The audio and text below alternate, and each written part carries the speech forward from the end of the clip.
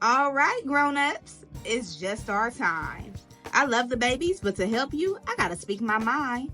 This segment's here to help you grow with book reviews, lessons, and things you'll be glad to know. If your little one's restless or looking to play, send them to my other playlist. The read-alouds there will brighten their day.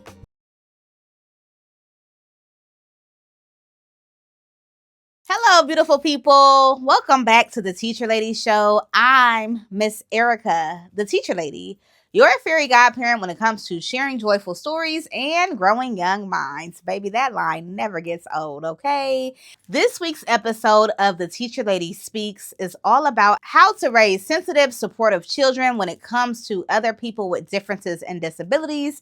And on the flip side of that, if you have a child with a difference or a disability, how are we empowering them and making sure they feel seen, loved, and understood, okay? Here on the Teacher Lady Speaks, I use my experience teaching tiny humans to help enhance your experience while raising them.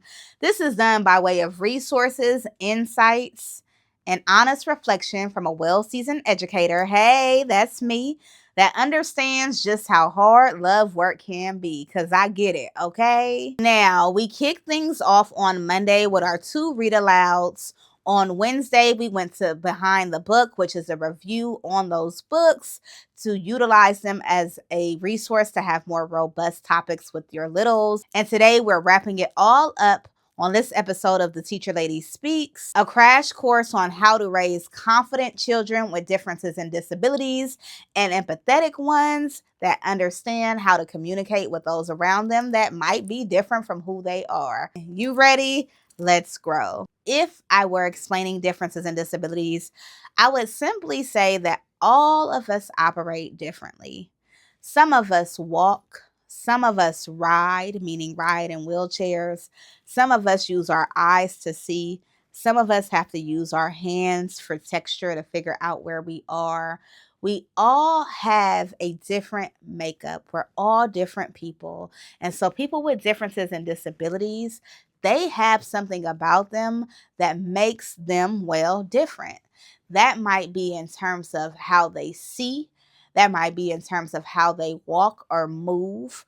Sometimes disabilities are physical, and sometimes you can't see them at all. So, a disability is a physical, a mental, or an emotional condition which changes the day to day activities of how a person might navigate going grocery shopping or walking a dog or watching TV. It's just something that is different about them that changes the way that they do things in comparison to how somebody who doesn't have that same difference or disability would do them.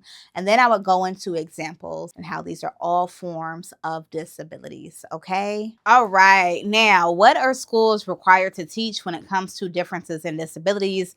As always, we compare the state of Texas to the state of California to better understand what it is that your child might be learning in school when it comes to the topic. So in the state of California, it is required that public schools do teach about differences in disabilities through health education content standards.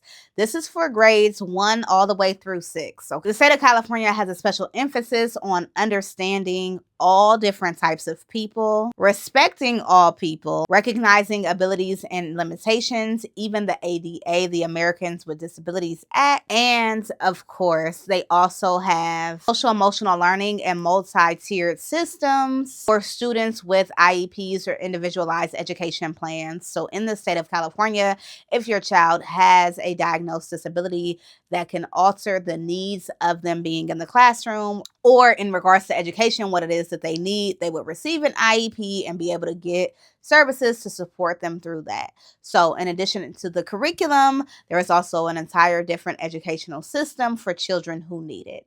Okay, let's move on to the state of Texas.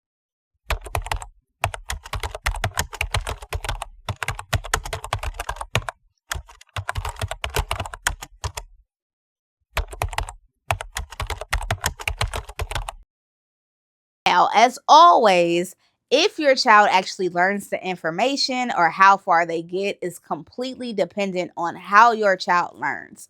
So just because the information is being presented in the classroom does not necessarily mean they're going to walk away being able to understand people with disabilities, being able to understand how to be more empathetic, how to be more mindful of their needs and more considerate. So let's not look at the curriculum and say, well, the school got it, I'm going to leave it alone. It's super important that you educate and equip yourself with the knowledge to be able to pass that along to your child. On the flip side of that, if you have a child with a disability, it is important to make sure that that school is doing everything that they can to still educate that child. I have a background in special education, and one of the things that I've noticed in my time in education is how quickly we will stop teaching children with disabilities. There is this general idea that they will be fine in a classroom eating goldfish and watching videos all day, and so they don't get access to the same quality of education all the time as their peers. So truly being involved and really holding that school accountable to your child's individualized education plan and understanding what it is that they're doing in their day is so important, whether you're in Texas, Arizona, or another state in between. Here are some resources that help you better understand this topic. The first we've already discussed. Definitely check out the read-alouds from this week. They're excellent conversation starters and just overall ways to hold discussions around disabilities. One being More Than a Wheelchair, written and illustrated by me, and the other being All the Way to the Top, the story of one activist that changed the law. Okay, so definitely utilize the books as a resource. But in addition, there are some online interactive resources that I think are extremely beneficial, both for children with differences and disabilities, as well as children who are learning how to be more empathetic and understanding to the world around them. The first is Sesame Street. Y'all know I love me some Sesame Street. Sesame Street has an online interactive program for children who are autistic, but the resource also helps children who are not autistic start to become more familiar with autism, which overall creates more inclusive and welcoming environments for everyone. Okay. The second resource I want to bring your attention to is theinclusiveclass.com. Theinclusiveclass.com is such a phenomenal idea because what it does is it puts the responsibility in the hands of peers. And so it really equips other peers that are in your child's classroom to kind of take initiative when it comes to support or making that student feel welcomed. And so it's an excellent idea and definitely one you should bring to the teacher's attention that they might want to utilize if your child is new to the classroom or if they're having a hard time. This website is an excellent resource to kind of get them embedded in that classroom community. The next online resource is another interactive resource called I'm Determined, and this is a resource for children who struggle to speak up and to self-advocate. And it's specifically designed around children with learning differences or learning disabilities. And so this is great if you have a child with a learning difference or disability and they need to learn how to self-advocate, they need to learn how to speak up for their own needs, whether it's academic or socially. Definitely check out this website. Want more, to sign up for that newsletter. Best practices at home. For one, you're in a grocery store and your child sees a little person and they get to pointing and you're so embarrassed and flustered that you never want to talk about it again. No, baby, that's how children learn. And so what you're going to do is you're going to, for one, tell them to stop pointing because we don't point at people, but then open it up to have a conversation. Like legit go home and look up people who are similar to the person that they saw in the grocery store that they were curious about. Normalize that some people are shorter, some people are taller, some people have this difference, some people have this disability.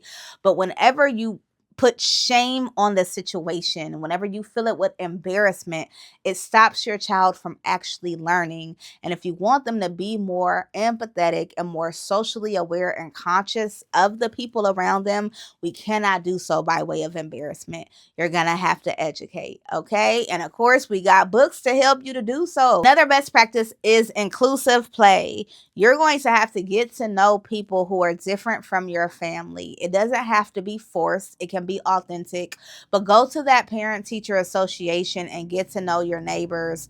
Go to church and understand who's in that village and who's in that community.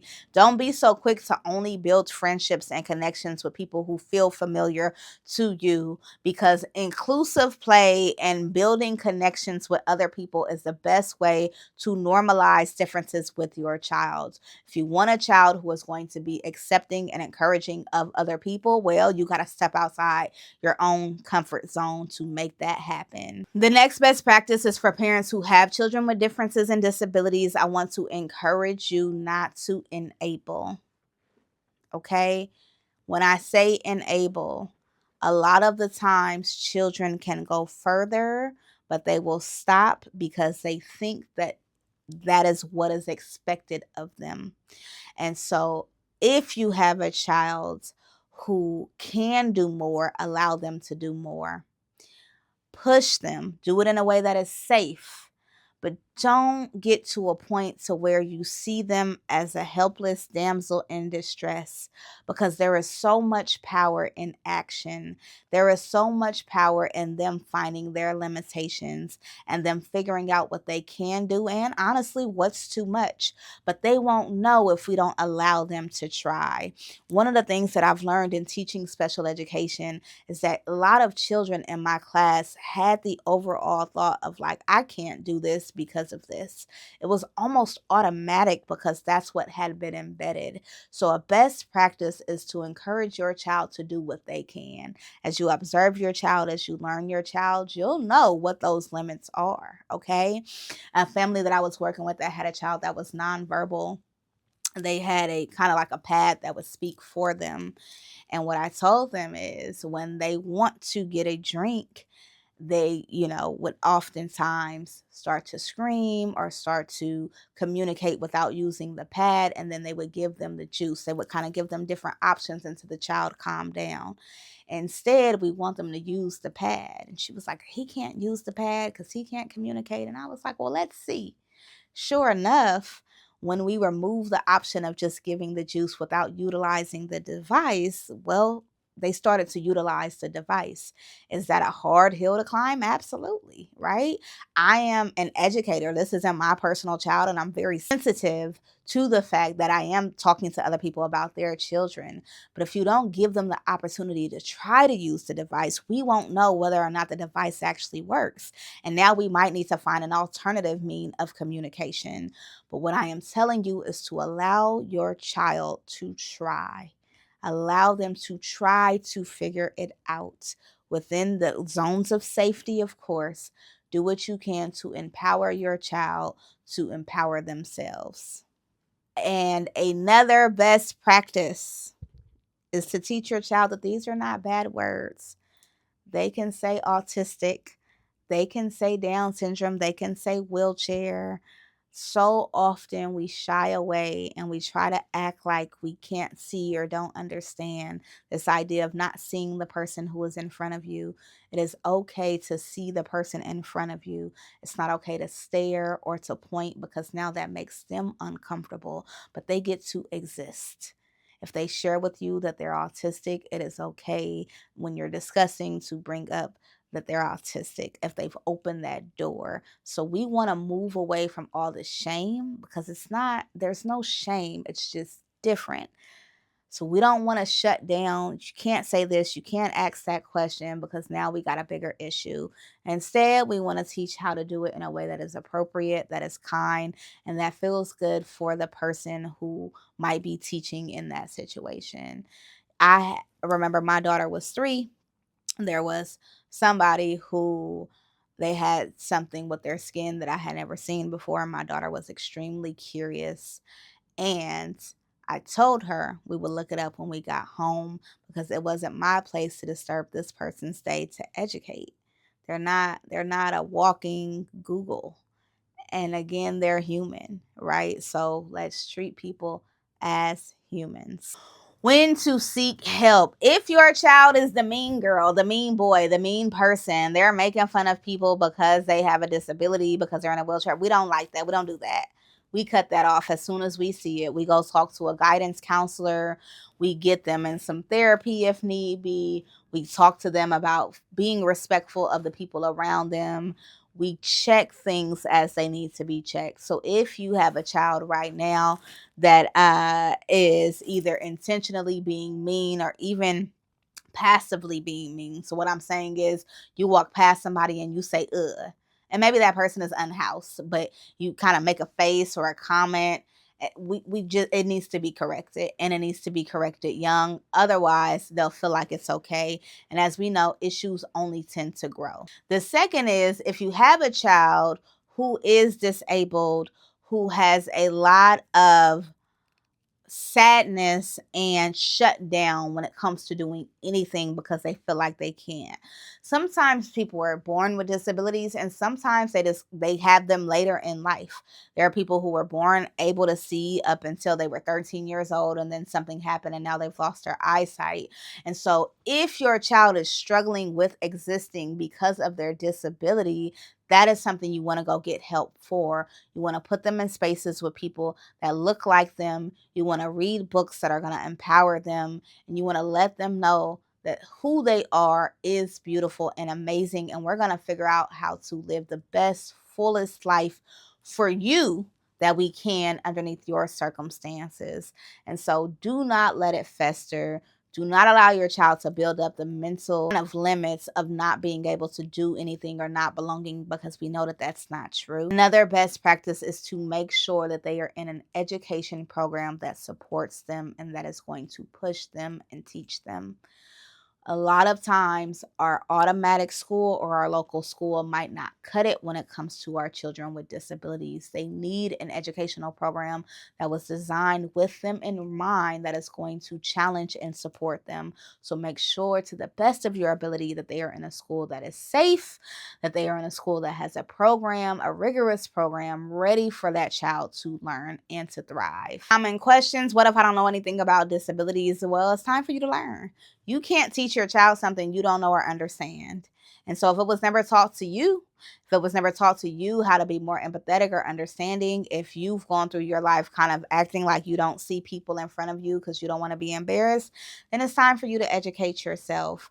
Another common one, which we already discussed: what do we do if my child is kind of pointing at people or showing disgust? You correct it. You find a safe space, you talk to them about it, you do research together, you let them know that we're all different. But what you do not do is let it fester.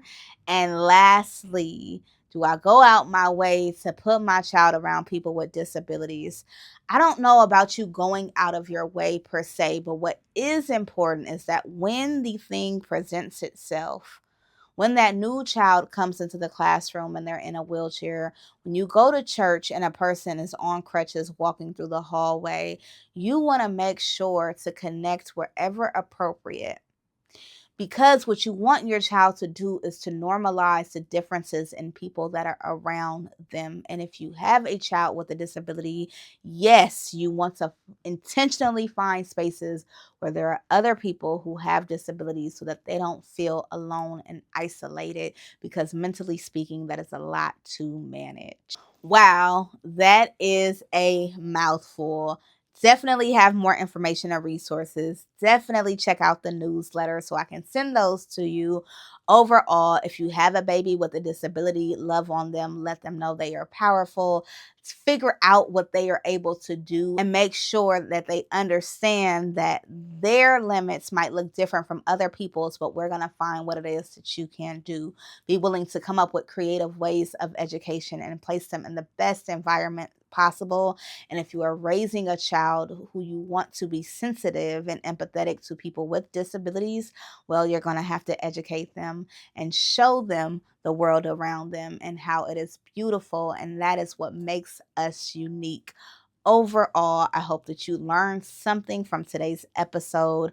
As I hope you know, I am also an author and illustrator, and I encourage you to check out my work, as well as the Pay It Forward program, which is an initiative through the Empathy Library that allows children to receive books about them, their communities, their cultures, free of charge to them by way of your generosity. So much for you to check out. I thank you for learning with me, for growing with me, and for being part of this book loving community. Until next time, remember to enjoy the moment or go be a joy in the moment. Bye.